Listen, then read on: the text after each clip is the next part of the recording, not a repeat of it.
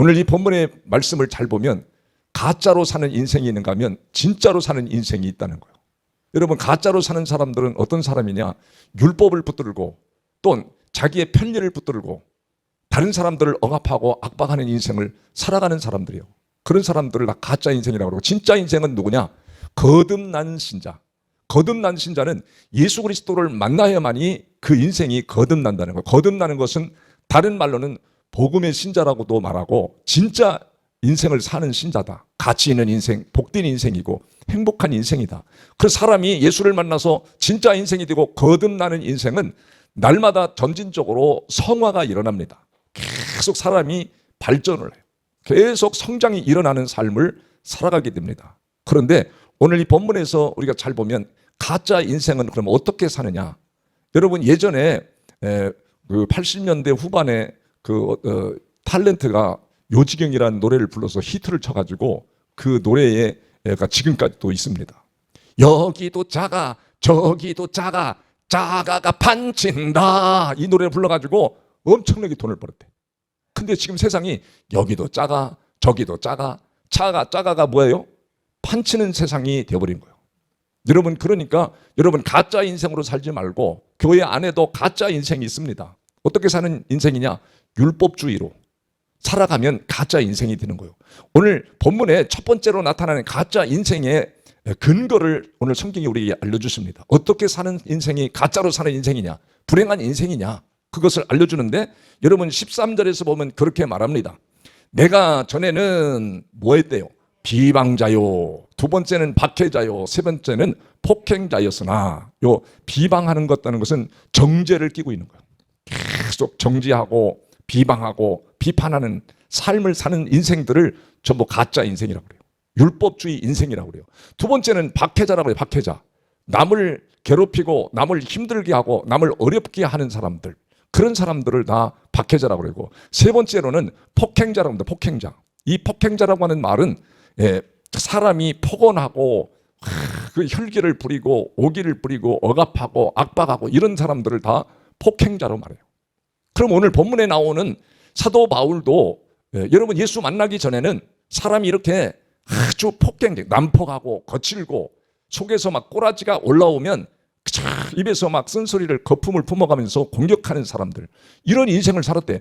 그 사도 바울은 굉장히 공부를 많이 한 사람이거든요. 공부를 많이 하고 똑똑하고 법도 잘 알고 모든 것을 잘 알고 있는 사람인데도 예수 만나기 전에는 그가 어떤 인생이냐? 율법주의자였다는 거예요.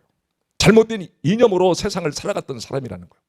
그래서 여러분 성경에 그대로 나타나잖아요. 비방자요, 핍박자요, 나는 폭행하는 자다. 그 속에서부터 막 꼬라지가 올라오면 사람들을 억압하고 압박을 넣고 공격을 하고 이런 거칠은 인생을 살았던 인생이었다고 그는 고백합니다. 여러분, 더 나가서 이렇게 가짜 인생들은 어떻게 사느냐? 19절에도 가보면 그렇게 말했어요. 19절에 믿음과 착한 양심을 가지라고 성경은 말하는데, 어떤 이들은 이 양심을 뭐 했대요? 양심을 버려버린 자. 양심을 버리는 사람들은 어떤 일이 벌어지냐? 예수 믿다가도, 높은 자리에 있다가도, 권력을 잡았다 할지라도, 배웠다 할지라도, 여러분 양심을 버리는 자는 믿음에서 파산한다. 믿음에서 떠나 파산한다고 나왔어요. 그래서 믿음에서 파산한다는 건 믿음 생활을 하다가도 사람이 어떻게 돼? 믿음을 파기시켜 버린다는 거예요. 그 믿음을 파기시키는 사람은 양심이 있어야 되는데 양심이 없는 거예요. 요즘에 양심 있는 사람들 찾기가 쉽지 않습니다. 여러분, 양심이 없는 사람들이 너무 많기 때문에 사회가 어렵고 힘든 거예요.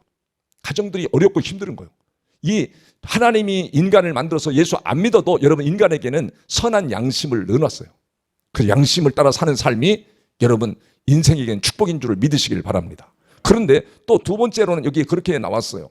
다음 절에 보면 그 가운데 후메네와 알렉산더가 있으니 내가 사탄에게 내어준 것은 그들로 뭐라 그래요? 훈계를 받아 신성을 모독하지 못하게 하려 함이니라. 여러분, 성경에는 나쁜 사건을 계속 많이 다루질 않아요. 물론 다루기지만 대부분 좋은 사건을 많이 다루거든요.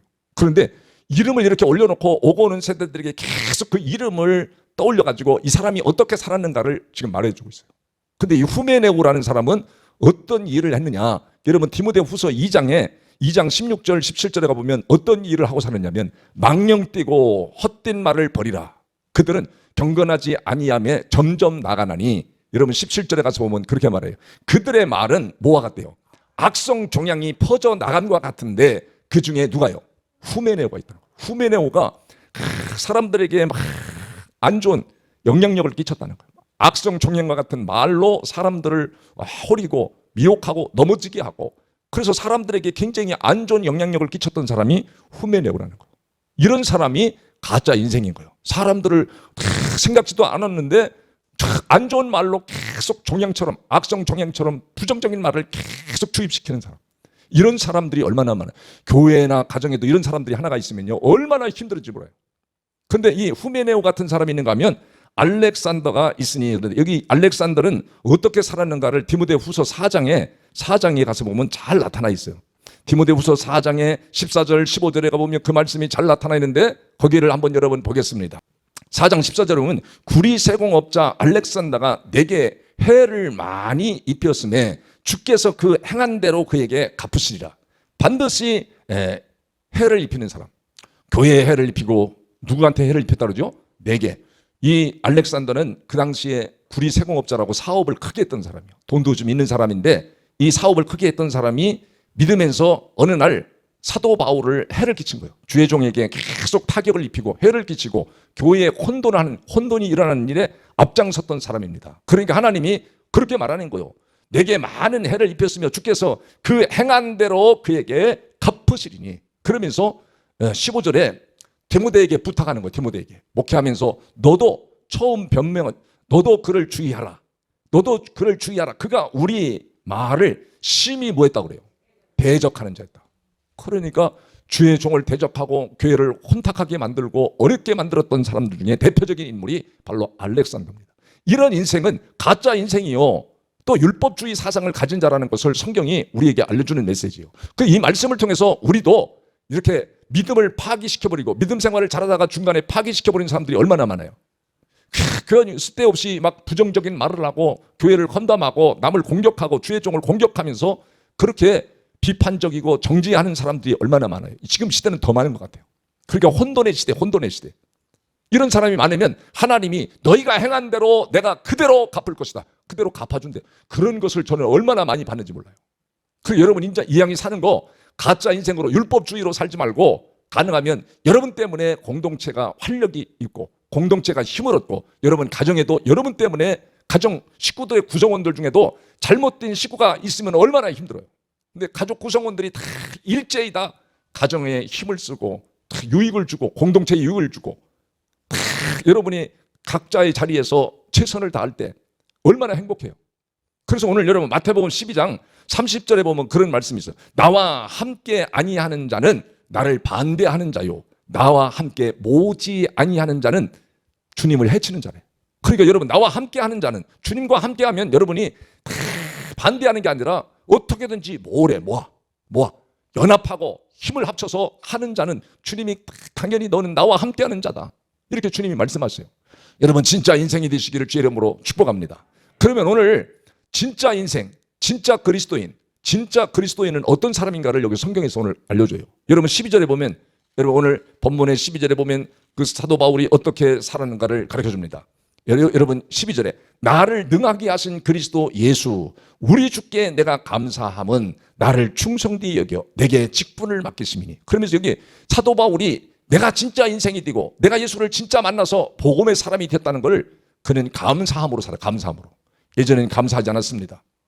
남을 괴롭게 하고 남을 힘들게 하고 얼마나 고통을 줬는지 여러분 사도행전 8장에 가서 한번 잠깐 보겠어요. 사도행전 8장, 여러분 사도행전 8장 1절에서 4절을 한번 보겠어요.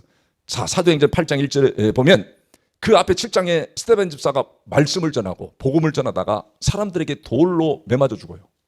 그때 누가 그거를 주도했느냐? 사울이라는 사람, 사울이 그가 죽임을 당함을 마땅히 여기더라. 스데반 집사는 죽어도 마땅하다, 잘됐다, 이런 아주 못된 마음을 가졌어요. 그날에 예루살렘에 있는 교회에 큰 박해가 있어 사도 외에는 다 유다와 사마리아의 모든 땅으로 흩어지니라. 주님은 모으고 공동체를 힘있게 모으고 하는 사람을, 주님을 찬성하는 사람, 흩어지게 하는 사람을 반대하는 사람으로 여기는데 오늘 사울이라는 사람은 교회를 큰 박해를 해서 사람들이 막 흩어지게 만드는 거예요. 모든 땅에 다 흩어지도록. 여러분 다음 절에도 뭐라고 나오는가 하면 경건한 사람들이 스데반을 장사하고 의하여 크게 울었더라. 사람들이 경건한 사람들은 스데반이 죽은 것에 대해서 슬퍼하며 울며 그를 애통하는 거예요. 다음 절에 보면 뭐라고 그랬죠? 사울이 교회를 잔멸할세 각 집에 들어가 남녀를 끌어다가 옥에 넘기니라.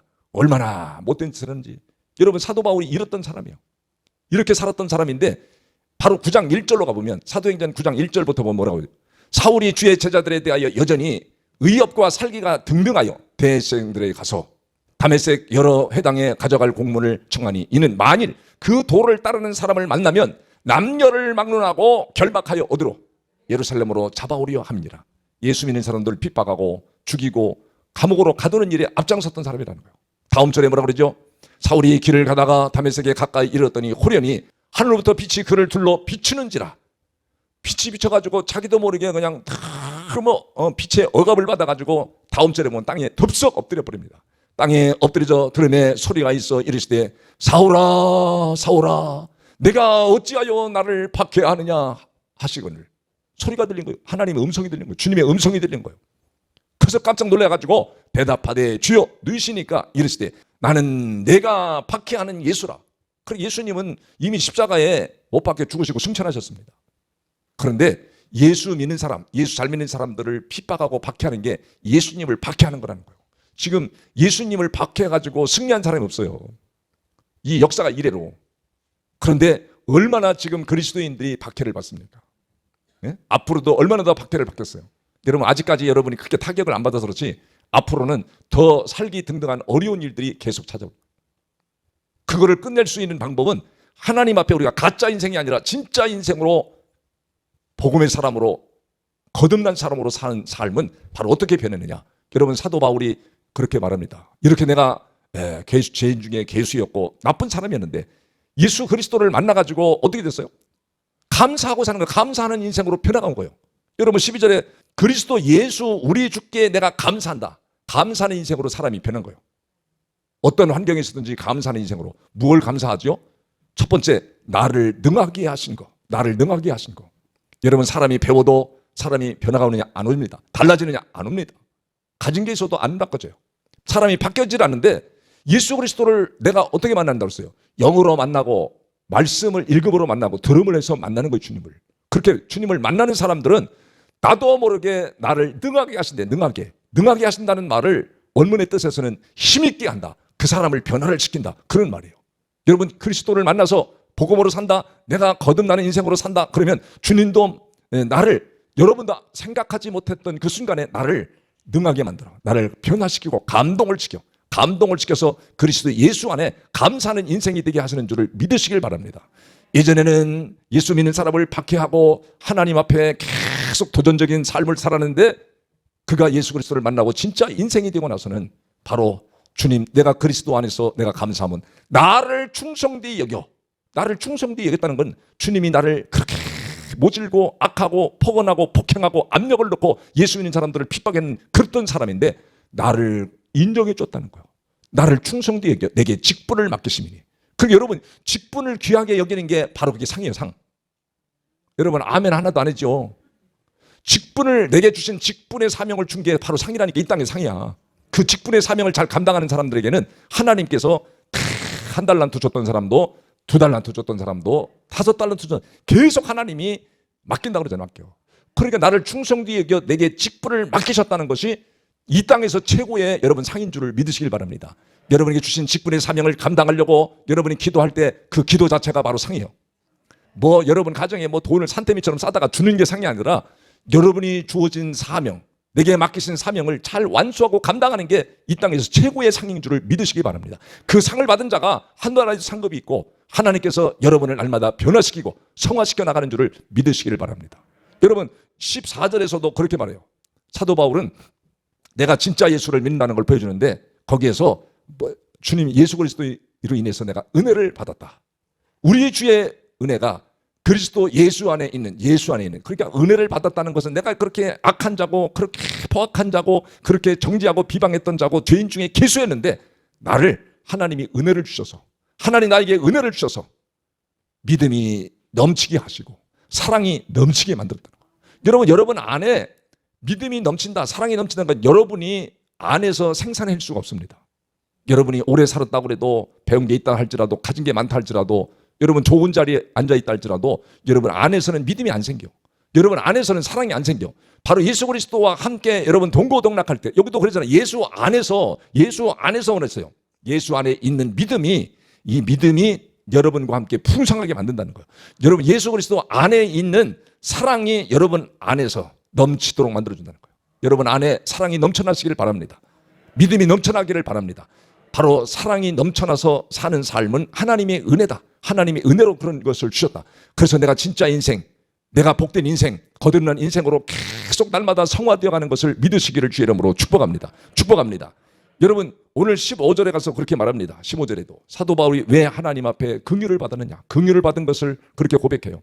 믿보다 모든 사람이 받을 만한 이 말이요, 그리스도 예수 안에서 죄인을 구원하시려고 세상에 임하셨다 하였도다. 죄인 중에 내가 뭐라고 그래요? 사도 바울은 주님을 만나고 나서 얼마나 감격하는지, 내가 죄인 중에 죄인이었구나, 내가 죄인 중에 괴수였구나, 내가 얼마나 잘못되는 사람이었는가. 그런데 예수님이 이 땅에 왜 오셨다고 했어요? 심판하려고 온 것이 아니라 왜 했다고 그러죠? 예수님이 십자가에 죽으시면서 우리를 구원하시기 위해서 오셨다고 그러고, 그 다음 절에는 그렇게 말하는 거예요. 그래서 이 사도 바울은 하나님으로부터, 예수 그리스도부터 긍휼을 입었다 그래요. 긍휼을 입었다 그러죠.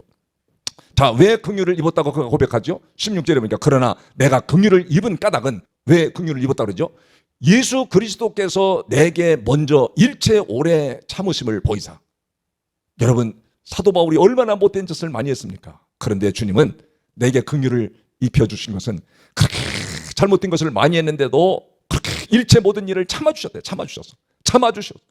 끝없이 참아주시고, 심판하지 않고 참아주셨다가 적정한 때 주님이 음성을 들려주고 변화시켜주시고, 얼마나 이게 긍휼을 입은 것이냐. 그러면서 그 하반절에 왜 긍휼을 그에게 줬냐. 후에 주를 믿어 영생 얻을 자들에게, 예수 믿는 사람들에게 뭐가 되기 위해서? 본이 되게 하시려고. 야, 나도 얼마나 나쁜 놈이었는지, 얼마나 내가 거칠고 포근하고 사람들을 압박하고 힘들게 했는지, 그런 일을 했는데 주님이 일체 참아주셔가지고 십자가에서 피 흘려주심으로 나를 구원해 주신 그 주님을 내가 만나고 나서 믿는 자들에게 본이 되었다. 본이 되었다. 본이 되는 여러분이 삶이 되시기를 주의 이름으로 축복합니다. 그래서 다음 절에 그렇게 말하는 거예요. 그 본 중에 본이 뭐가 있느냐면, 영원하신 왕 곧 썩지 아니하고 보이지 아니하고 홀로 하나이신 하나님께 뭘 돌려? 존귀와 영광이 영원무궁토록 있을지어다는 겁니다. 존귀와 영광을 영원무궁토록 계속 돌리는 삶이요. 그 돌리는 삶이 바로 무엇이냐? 여러분이 기도하는 자리에 기도하는 것이 상이에요, 상. 그게 하나님 앞에 영광을 돌리는 거예요. 존귀를 돌리는 거예요.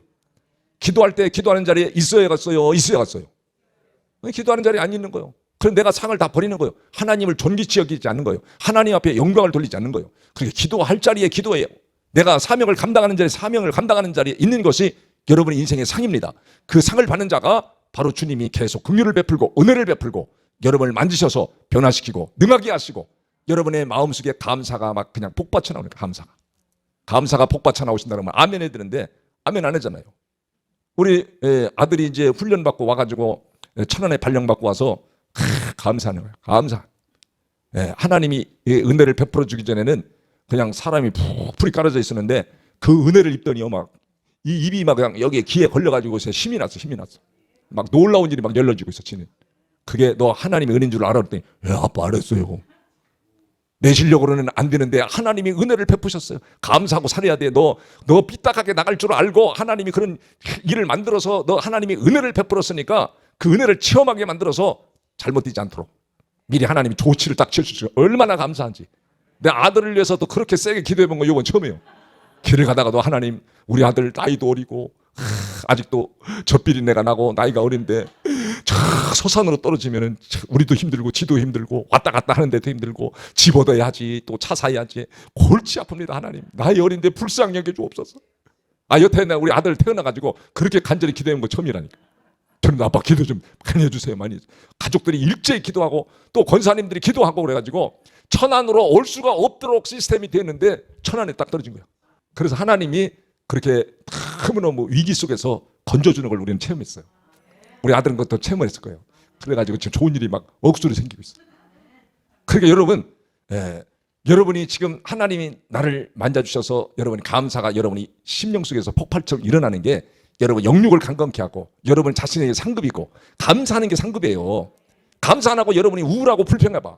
여러분이 온 마디마디가 다 깔아져 버리고 여러분 정신적으로 쇠약해지고 하나님과는 관계가 없는 것 같고 하나님이 살아계신지 안 살아계신지도 몰라. 근데 감사하면 주님이 나를 만지셔. 여러분을 만지시고 선한 길로 인도하시는 줄을 믿으시기를 바랍니다.